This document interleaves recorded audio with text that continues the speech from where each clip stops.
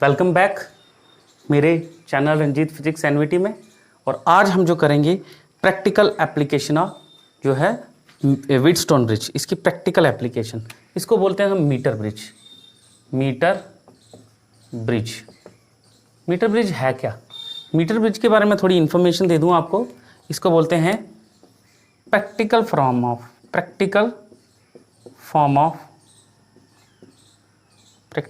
Of Wheatstone bridge. आज हम क्या करेंगे इससे?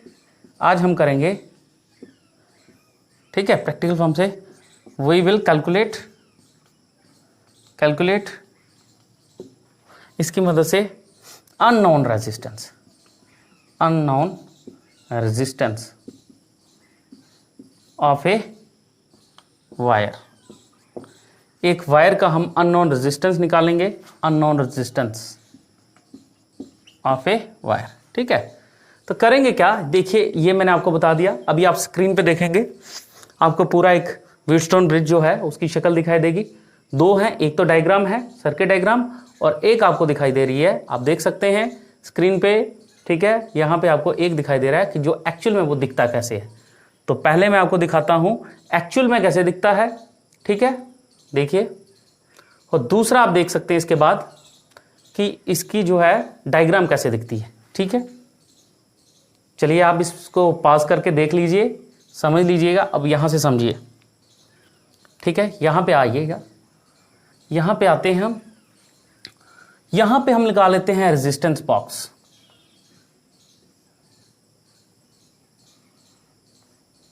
इसको बोलते हैं हम आरबी, रेजिस्टेंस बॉक्स, जिसका हमें रेजिस्टेंस पता होता है, जिसका हम रेजिस्टेंस जानते हैं क्या है।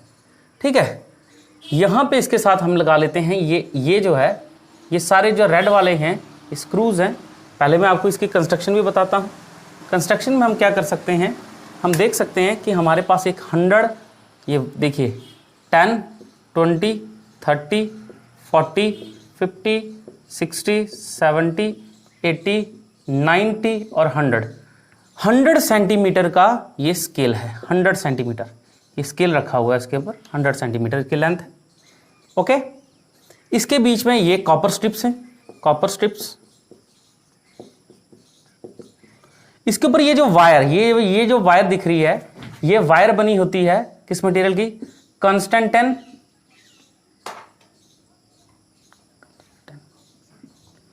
या मैंगनीज।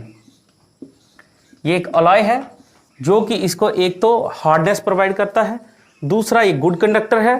ठीक है, मतलब ये करंट को अलो करता है अपने बीच में से। तीसरा, इसका रेजिस्टेंस ऑलमोस्ट 0 होता है।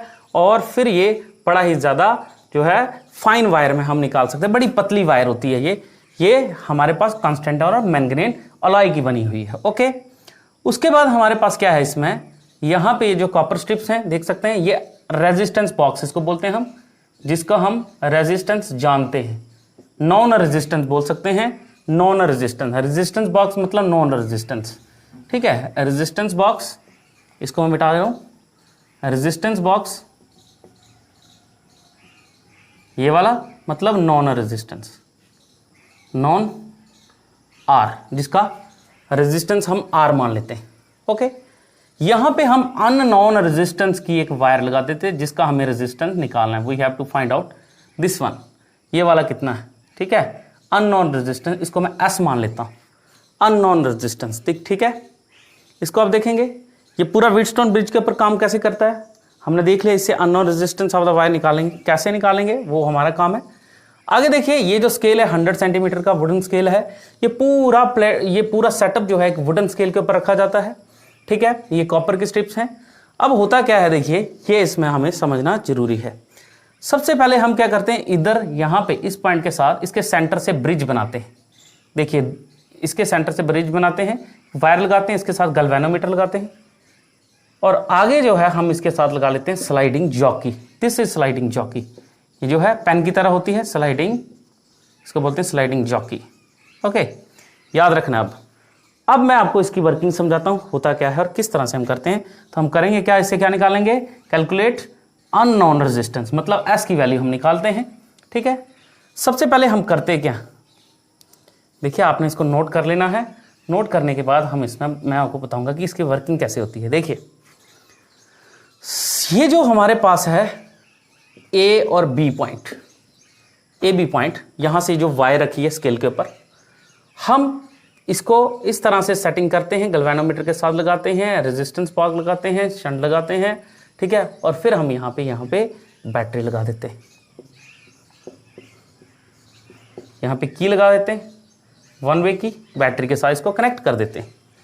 ये सेकेंडरी बैटरी है, ठीक है, इसकी वैल्यू आप चेंज कर सकते हैं, ऑक्सिलरी बैटरी है, वैल्यू आप चेंज कर सकते हो। यहाँ पे की लगाई है, वन वे की। जैसे हम स्विच ऑन करते हैं, एज की इज ओपन, ठीक है, की is closed, galvanometer shows deflection, galvanometer deflection show करता है, ठीक है। अब हमें क्या चाहते हैं मीटर व्हीटस्टोन ब्रिज में कि ब्रिज तभी बैलेंस होगा जब गैल्वेनोमीटर डिफ्लेक्शन शो करना बंद कर दे। तो हम इसको यहां से इस पॉइंट से 10 से स्लाइड कर लेते हैं, करवाना इसको ऐसे इस तार के ऊपर। आगे जाते जाते हैं गैल्वेनोमीटर की डिफ्लेक्शन कम होती जाए। सपोज इस लेंथ पे आके, इस लेंथ पे, एल लेंथ पे आके यहां पे इस तरह गैल्वेनोमीटर डिफ्लेक्शन जो शो करता है 0 at length L, galvanometer shows null deflection, galvanometer null deflection show कर रहा है कौन सी लेंथ पे, एल लेंथ पे आके, ठीक है। तो 100 में से अगर एल ये आ गई तो ये वाली कितनी बच गई, 100 माइनस एल, ठीक है। 100 सेंटीमीटर से यहाँ पे रुक गया। अब यहाँ पे 50 पे रुक रहा है, ये मत देखना आपने, 40 पे भी रुक सकता है, 30 पे भी रुक सकता है। यहाँ पे नल डिफ्लेक्शन शो कर रहा है तो ये वाली कितनी आ गई, 100 माइनस एल। अब ब्रिज बैलेंस है। Now according to principle of Wheatstone bridge, क्या कहता है व्हीटस्टोन ब्रिज का प्रिंसिपल, ठीक है, क्या बोलता है व्हीटस्टोन ब्रिज का प्रिंसिपल, बोलता है R1 upon R2 is equal to L1 upon L2, sorry R3 upon R4, ये तो पढ़ा है हमने। बट हियर R1 किसके बराबर है, R1 तो हमारा R के बराबर है, R2 ये है ना, R1 अपॉन R2, ये इसके साथ डिवाइड हो जाएगा, ठीक है। तो हमारे पास क्या आएगा, R1 इसके बराबर है।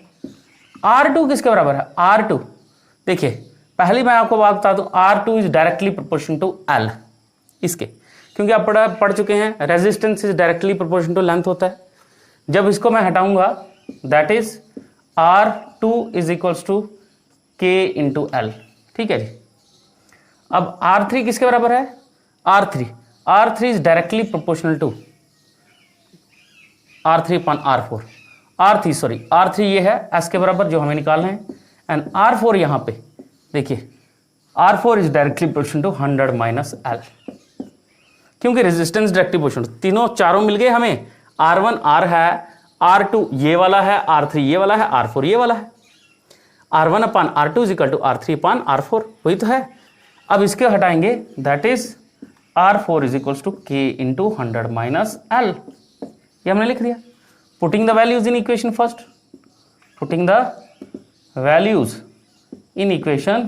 फर्स्ट, जब इक्वेशन फर्स्ट में वैल्यू करेंगे तो R1 की जगह पे R आ जाएगा, R2 की जगह पे क्या आ जाएगा, KL आ जाएगा, ठीक है। R3 की जगह पे यहाँ पे आ जाएगा हमारे पास S, ठीक है, और इसकी जगह पे आ जाएगा हमारे पास क्या, 100 माइनस L के बराबर, K इंटू 100 माइनस L, के कैंसिल हो गया, ठीक है जी। तो ये क्या आ गया हमारे पास, आ गया R into 100 minus L divided by L, ठीक है जी। ये आ गया S के बराबर। इसी तरह से आप अननोन रेजिस्टेंस को इसकी मदद से निकाल सकते हैं। This is your final formula, अब यहाँ पे देख सकते हैं, इस तरह से आप फाइनल रेजिस्टेंस निकाल सकते हैं। और अब आप इसका स्क्रीनशॉट ले सकते हैं, आपको ये डिटेल में समझ आ गया होगा। अच्छा, कुछ बच्चों को ये प्रॉब्लम आ रही होगी कि सर ये वाला कहाँ से आया, R3 तो यहाँ पे दिया नहीं, बेटा लेंथ के डायरेक्टली प्रोपोर्शन होता है, यहाँ पे आके बैलेंस हो रहा है ना, यहाँ पे आके गैल्वेनोमीटर बैलेंस हो रहा है, तो length R is directly proportional length आएगा, R2 is equal to KL के बराबर हो जाएगा, ठीक है। K मतलब कांस्टेंट ऑफ प्रोपोर्शनलिटी, L यहाँ पे आप देख सकते हैं ये कैंसिल हो गया, 100 माइनस L के बराबर आ गया। This is your final answer and this is how you can find out the value of unknown register. Unknown register की वैल्यू आप ऐसे निकाल सकते हैं। और ये प्रैक्टिकल भी है आपका 12th में, इसी तरह से हम प्रैक्टिकल भी करेंगे। आज के लिए इतना करते हैं। Thank you very much. कल हम नेक्स्ट वीडियो लेके आएंगे।